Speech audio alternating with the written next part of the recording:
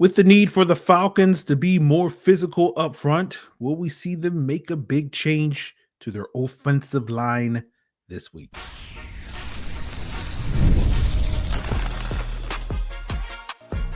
You are Locked On Falcons, your daily Atlanta Falcons podcast. Part of the Locked On Podcast Network, your team every day. Welcome back, everyone, to another illustrious episode of the Locked On Falcons podcast, your daily Atlanta Falcons podcast, part of the Locked On Podcast Network, your team every day. And today's episode is brought to you by FanDuel. Right now, new customers can bet just $5, and if your bet wins, you'll get $300 in bonus bets to use all across the app.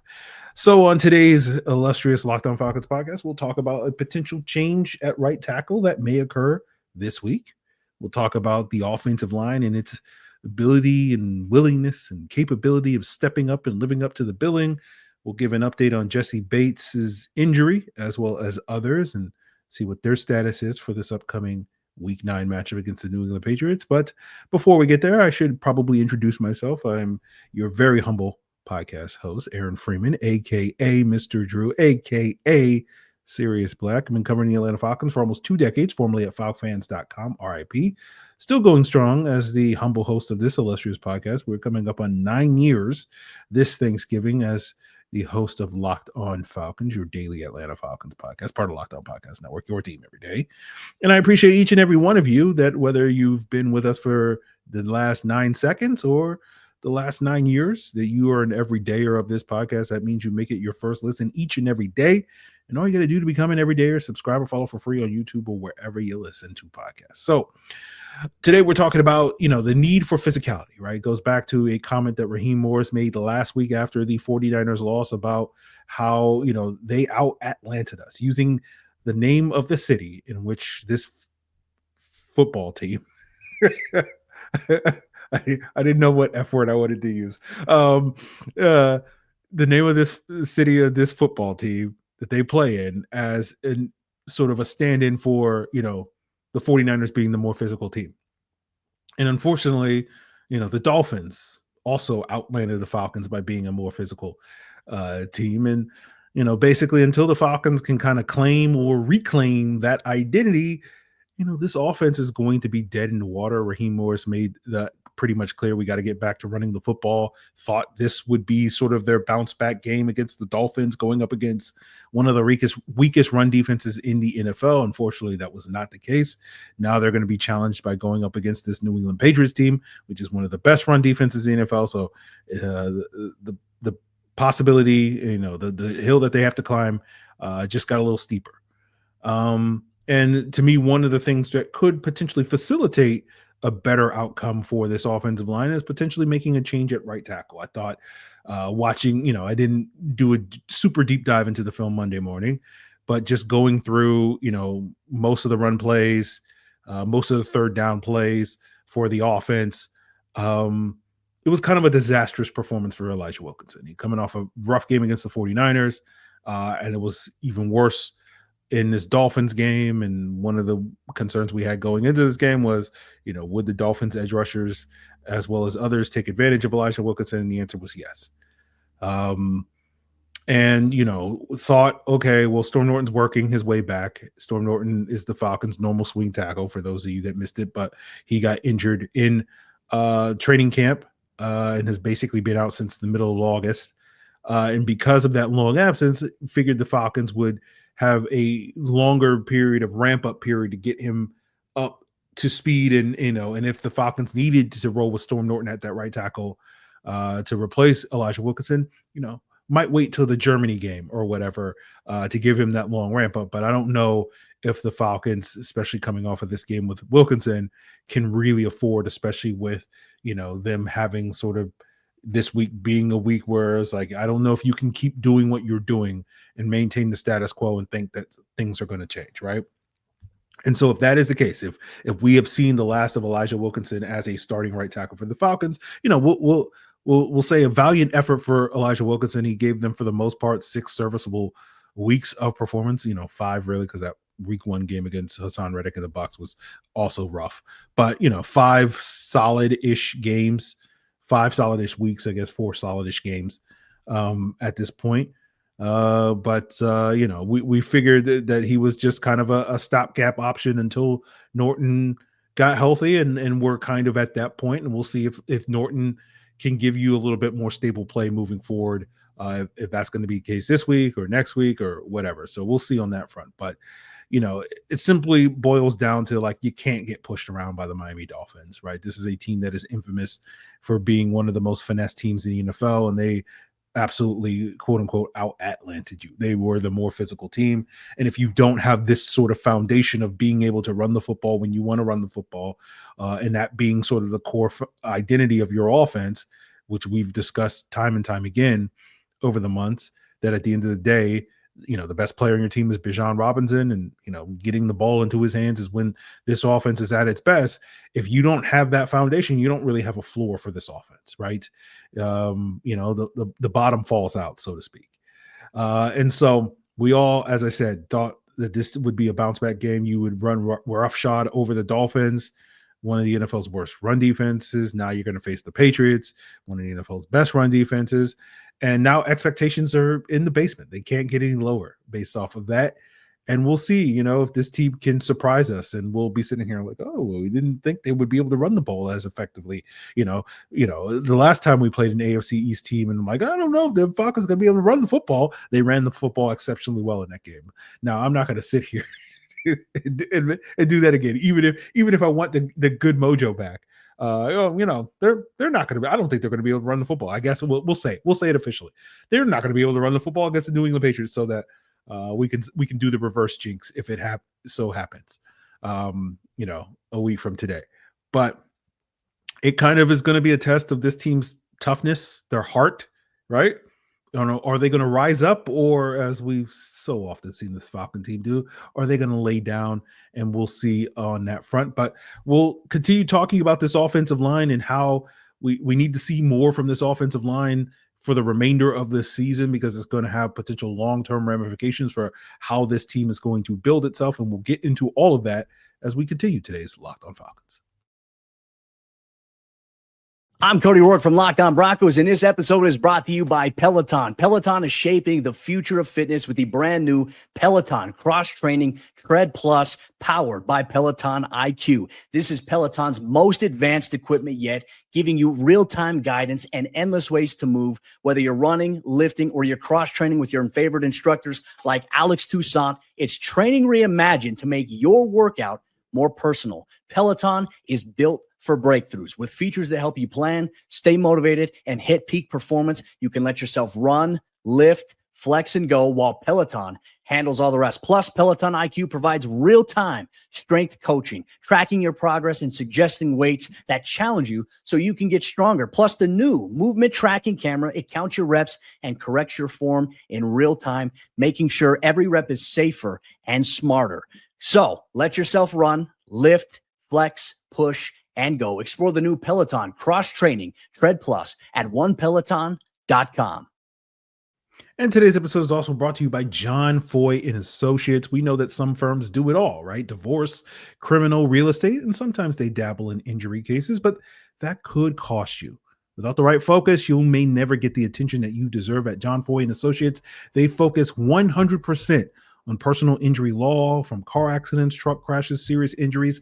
That is it. When you call them, you're not getting a lawyer juggling different types of cases. You're getting a team built to win for you, so you know exactly who to call. That's the strong arm. Trust John Foy Associates, because they've helped thousands of clients get justice and real money in their pockets. So if you've been injured in a car accident by a negligent driver, don't let the insurance company rip you off. Get the justice and money you deserve by calling John Foy Associates today at 404-400-4000. That's 404-400-4000.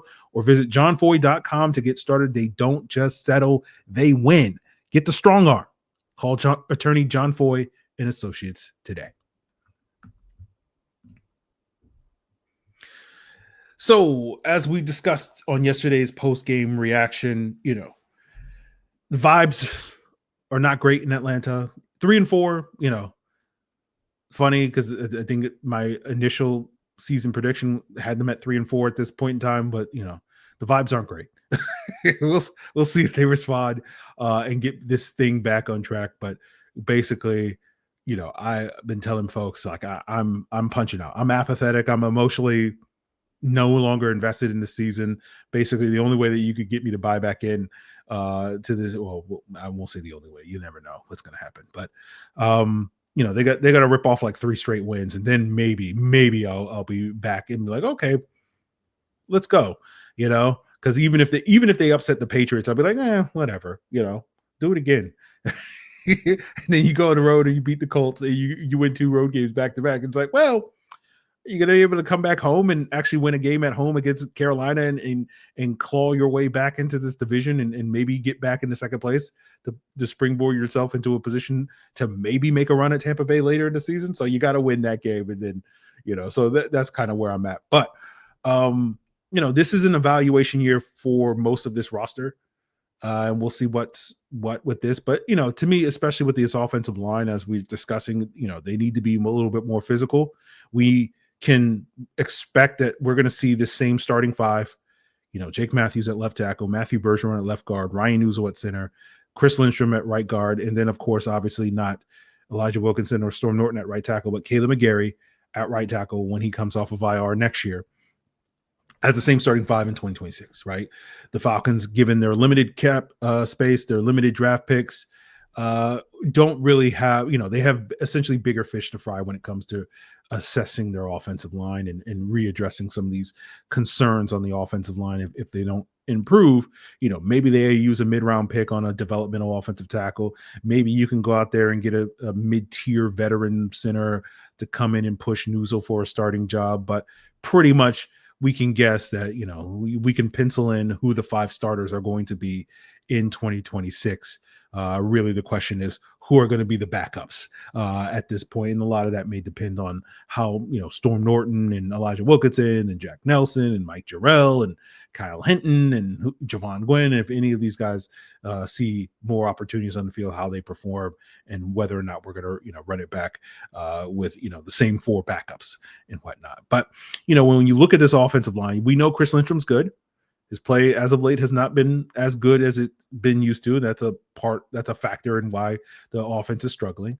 We know Jake is solid, right? There haven't been significant signs of drop off from Jake from previous years. And so we know what we're getting, but everybody else is kind of on the bubble, right? And I have a reputation of being far too harsh in a lot of people's eyes when it comes to the offensive line. That's probably a fair criticism. But this is kind of the legacy of covering this team for almost 2 decades at this point in time, where far too often in that period of time, I have seen a Falcons offense get broken by bad offensive line play. And basically my mantra is never again. Okay. Like never again. I do not want to go back to some of those past years that I'm not going to, trigger some of you guys and mention them by the years that they were of some of these bad offensive lines where this offense was non-functional. Okay. And to me, especially the offensive line is very meaningful in terms of their future, is because you have a young quarterback that you're hoping to develop.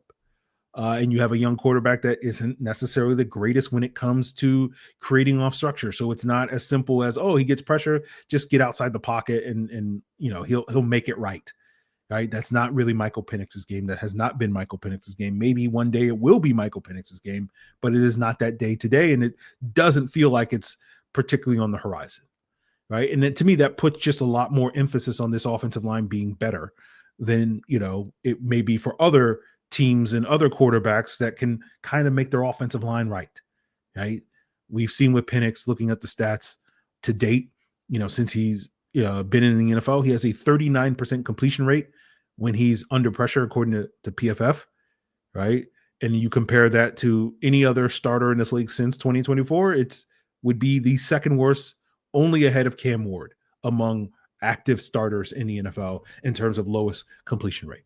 Now, completion rate isn't everything, right?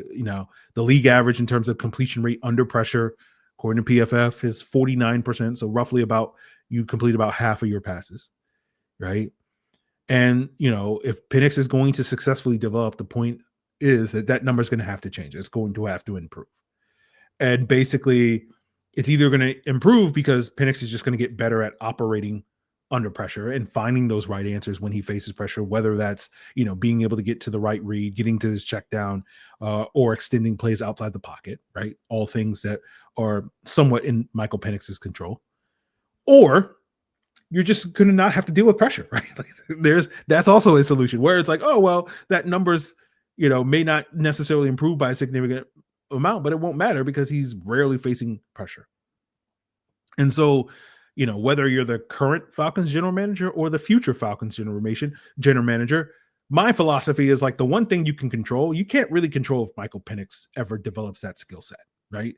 In fact, like you can't control that, right? You don't have any control, but you can control whether or not you bring in better players along your offensive line. And this gets to why you always hear me talk about complacency when it comes to this team, where it's just like the thing that you can control, you choose not to control, right? You could bring in better players, right? As we spent, a day crashing out back in March about, the offensive line depth. And it's like, why are we running back with the same offensive line? But again, we're not rehashing that today.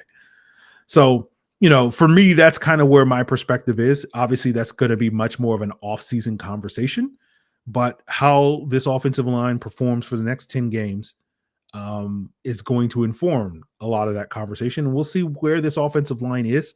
Are we going to look at this as, the dark night of the soul for this offensive line, where they had to have their sort of come to Jesus moment, whatever you want to, whatever, idiom or whatever you want to, metaphor you want to use for it. And we look back and say, yeah, man, they hit rock bottom in that Dolphins game. And then, for 8 out of the next 10 weeks, they were playing lights out from a unit standpoint for this offensive line, or at least, maybe not as a unit, but individual players started playing up to their ability. And I'm looking at guys like you, Chris Lindstrom and Matthew Bergeron, especially.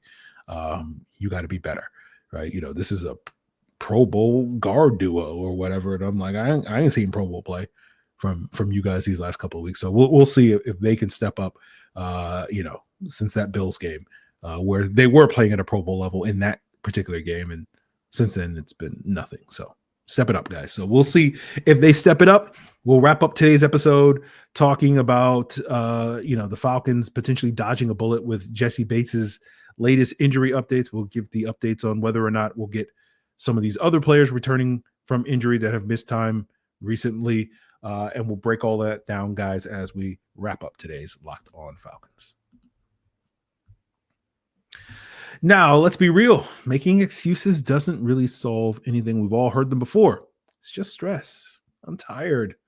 It happens to everyone sometimes, but when it comes to performance, sometimes your body just needs a little extra support. And that's where Rugiet comes in. Rugiet.com offers fast-acting doctor-prescribed treatments for ED designed to help you stop making excuses and start making moves. Rugiet makes it easy to get started. You just connect with a board-certified doctor online, no awkward waiting rooms, no in-person appointments, and if it's prescribed, your treatment ships discreetly straight to your door.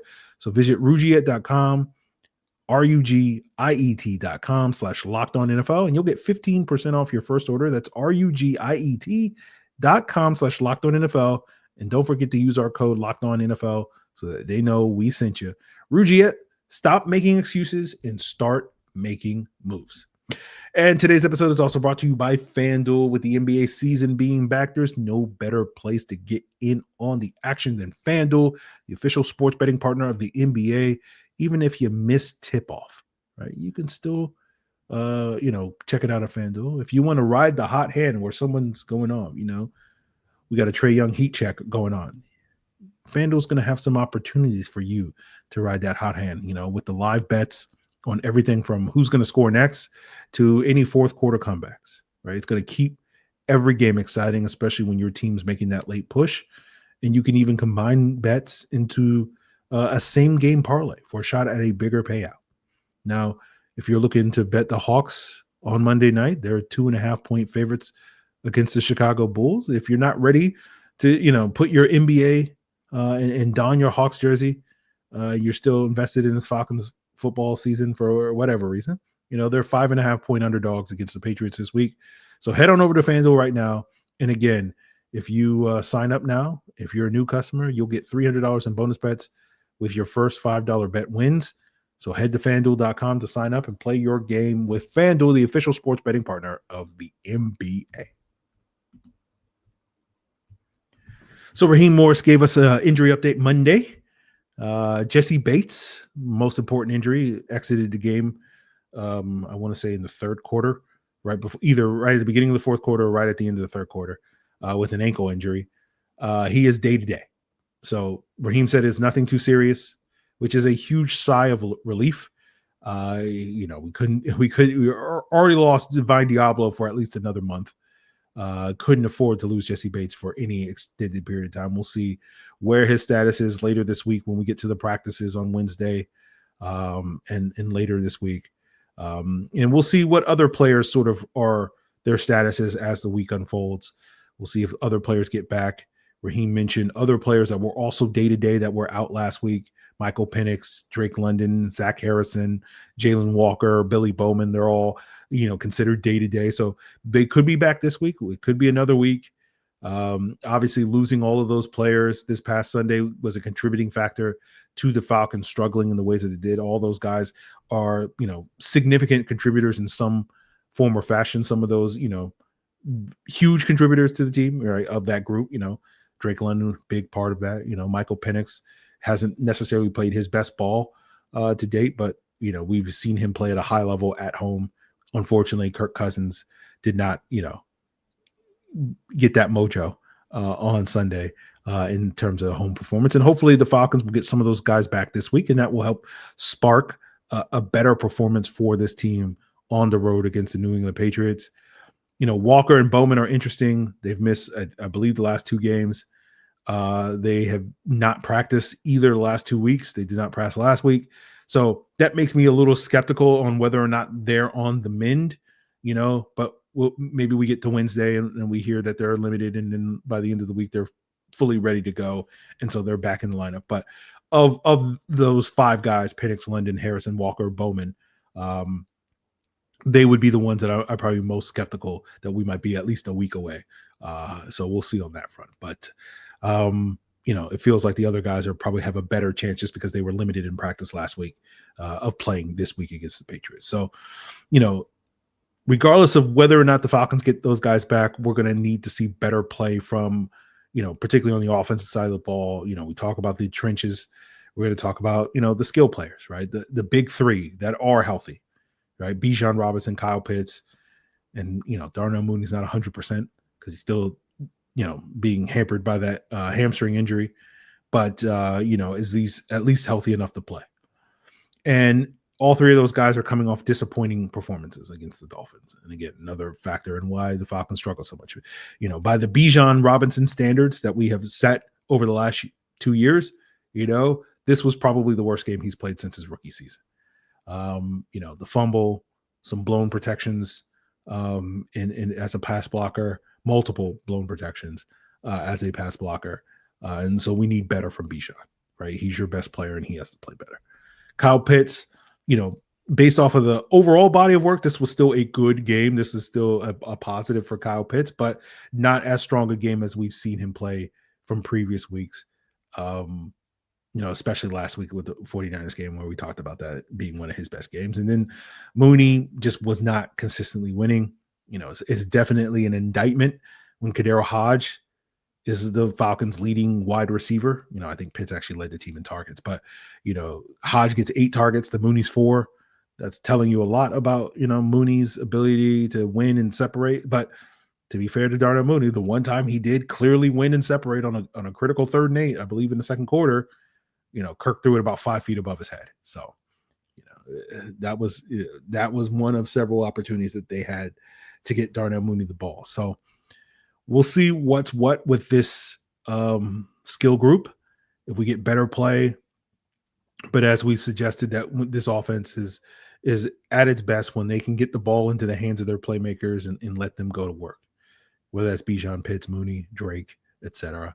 And we'll see what's what with that group. But we'll leave out, shout out to Kadero Hodge. Long held the opinion that the gap between Ray McLeod and Kadero Hodge was minimal at best, that they were virtually the same player. And, heard a lot of hype this summer and throughout the early part of the season about, David Sills and Casey Washington doing their thing. And I'm just like watching these guys play. And I'm just like, why is Kadero Hodge not playing? Not that Kadero Hodge is a world beater or anything like that, but it's just like, why are these guys playing over Kadero Hodge? Because I don't see it. But at least I get it somewhat with Washington. David Sills, I'm just like, what? I don't get that. But we'll see what's what. We'll see what shakeups the Falcons have to their offensive line, to their skill positions. Does this game mean we're going to get more of Kadero Hodge as that de facto number 3 wide receiver over some of these other options that the Falcons have? And we'll see what's what with the defense. Obviously, tomorrow we'll be breaking it all down on the not on the extended All 22 review, on just the regular All 22 review here on the podcast. The extended All 22 review is for all the Locked On Falcons Insiders, which you can become at the link in the description below at joinsubtext.com/LockedOnFalcons. And of course, you get access to an extended All 22 review. We'll see what the film says. Yeah, I don't know. what is there to? We'll see what pops out on film. But this may be the shortest extended All 22. Like, I know that Carolina game, people were like, oh, what is there? I don't want to watch it. And I'm like, oh, there's still stuff you can learn from it. This is that game for me, where it's just like, what is the point? Everybody was bad. And it just feels like we'll see. We'll see whose graves we're digging come later this week on the extended All 22 review, when we do the actual film breakdown for the Locked On Falcons Insiders. The rest of you everydayers that are still very close to my heart, but you're just not paying customers like the insiders are. You'll get whatever my thoughts are on it. But we'll see what we highlight. We'll probably look at some of the defensive stuff. I know Hughes and Bertrand, it was a rough Sunday for them, like it was the previous Sunday, and we'll see if the Falcons can stop that bleeding. And where does pass rush go? Where was that at? Maybe we'll get into that as well. But lots more to explore on the All 22 review. So make sure Locked On Falcons is your first listen if you don't want to miss that, by checking us out on YouTube or wherever you listen to podcasts. And for your second listen, if you are tired of hearing about the Atlanta Falcons, you want to hear what's going on elsewhere in the league, latest trades, who's on the block, who could get moved. I'm sure Locked On NFL is going to have you covered. 2 shows daily to cover all the angles from all around the NFL. It is all part of the Locked On Podcast Network, your team every day.